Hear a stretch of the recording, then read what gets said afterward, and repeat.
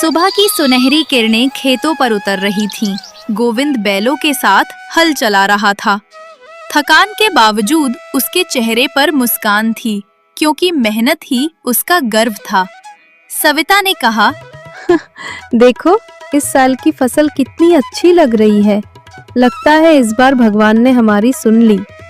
गोविंद ने कहा, हाँ सविता, अगर ऐसे ही बरसात होती रही तो हम इस बार सारा कर्ज चुका देंगे और बच्चों को भी अच्छे स्कूल में पढ़ा पाएंगे। लेकिन किस्मत का खेल कौन जानता है। जिस बरसात का इंतजार गोविंद ने किया था, वही बरसात जल्द ही उसके लिए आफत बनने वाली थी। अचानक आकाश में बादल घिर आए। कुछ ही घंटों में आसमान काला हो गया और मूसलाधार बारिश शुरू हो गई। सविता ने कहा, हे भगवान, इतनी तेज बारिश! अगर ये ऐसे ही चलती रही तो हमारी सारी मेहनत बर्बाद हो जाएगी। उस रात गोविंद की आंखों में नींद नहीं थी।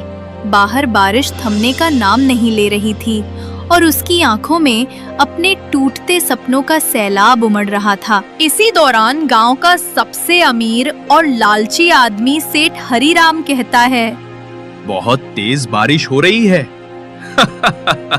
अब होगा मौत का खेल। अब बहुत सारे बकरे फंसने वाले हैं।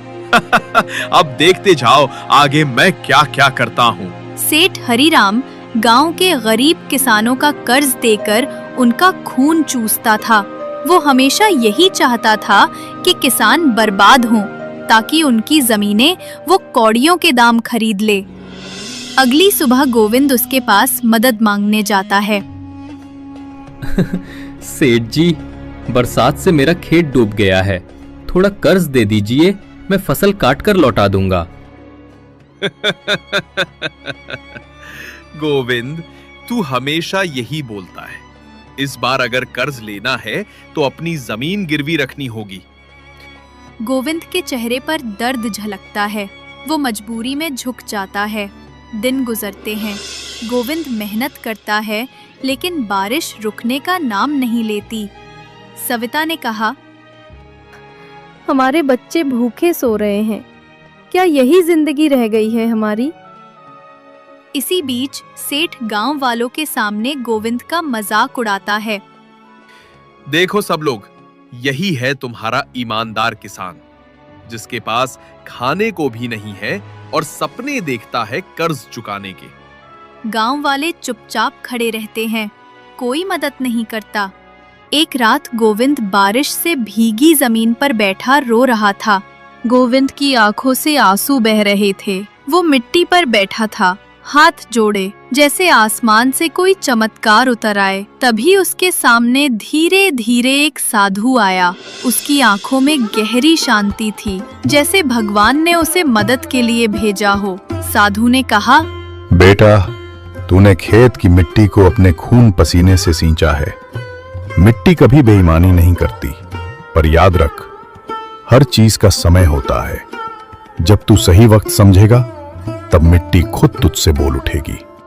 बाबा, लेकिन कैसे? मेरी तो दुनिया उजड़ चुकी है। खेत डूब गए, बच्चे भूखे हैं। क्या सचमुच मिट्टी मुझसे बोल सकती है? साधु मुस्कुराए, लेकिन कोई जवाब ना देकर धीरे धीरे अंधेरे में गुम हो गए। गोविंद अकेला बैठा रह गया। तभी सविता उसके पास आई। क्या कहा उस बाबा ने? उन्होंने बस इतना कहा कि मिट्टी मुझे लौटाएगी, लेकिन कब, ये मुझे खुद समझना होगा। अगली सुबह गोविंद खेत पर गया। पानी अब भी भरा हुआ था, लेकिन मिट्टी की गंध अलग सी थी। उसने मिट्टी कुरेदी और अचानक अपनी उंगलियां किसी कठोर चीज से टकराईं। वहाँ एक चमकती हुई पुरानी डिब्बी दबी थी। घर पहुंचकर उसने डिब्बी खोली, जिसमें कुछ बीज थे। सविता ने कहा, ये कैसे बीज हैं? बाबा, इन्हें बो दो, शायद इसमें कुछ जादू हो। गोविंद ने गहरी सांस ली और खेत के कोने में वे बीज बो दिए।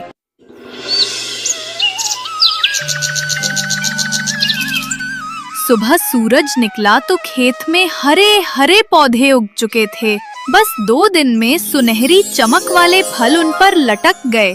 बच्चों ने कहा, अम्मा देखो, ये तो सचमुच चमत्कार है। पर ये फल साधारण नहीं लगते, इन्हें खाना ठीक होगा क्या? गोविंद ने धीरे से एक फल तोड़ा। उसके अंदर सोने सा ठोस पदार्थ चमक रहा था। क्या ये सोना है? शायद भगवान ने हमें भूख से बचाने का रास्ता दिया है। लेकिन उसने ये राज किसी को नहीं बताया। सोने को बाजार में बेचकर घर का खर्च चलाया। सविता ने कहा, अगर गांव वालों को पता चल गया तो? नहीं सविता, ये बात हम तक ही रहेगी।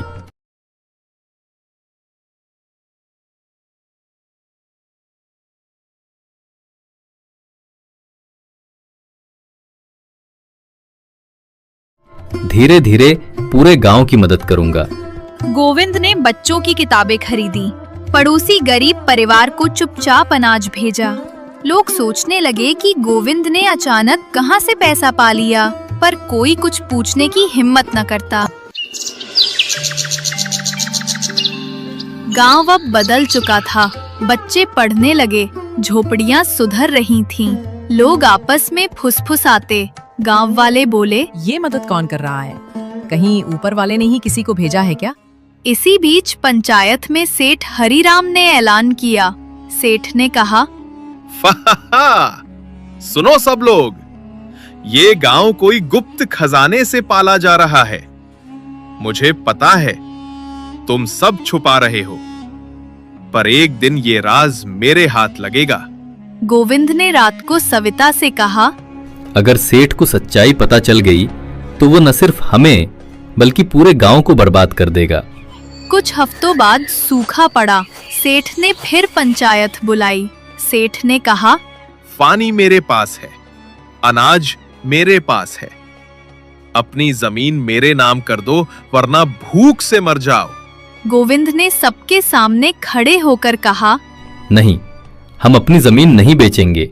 हम अपने हक से जिएंगे। भगवान हमें बचाएंगे। भगवान ने कब गरीबों को बचाया है? अगली सुबह जब गांव वालों के घर के बाहर अनाज और पानी मिला तो गांव वाले बोले, चमत्कार! ये सचमुच चमत्कार है। सेठ हरिराम ने अपने आदमियों को आदेश दिया। सेठ ने कहा, ये सब गोविंद का काम है। आज रात हम गोविंद के खेत की खुदाई करेंगे। देखते हैं उसमें कौन सा खजाना छुपा है। रात गहरी थी। जैसे ही वे गोविंद के खेत पहुंचे, बिजली चमकी और तूफान आ गया। औजार गिर गए और सब भाग निकले। सेठ ने कहा, ये जादू है। ये जमीन मेरी होगी किसी भी कीमत पर। गोविंद ने काला जादू किया है।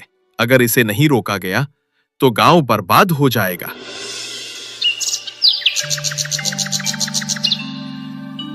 धीरे धीरे चर्चा गांव में फैल गई।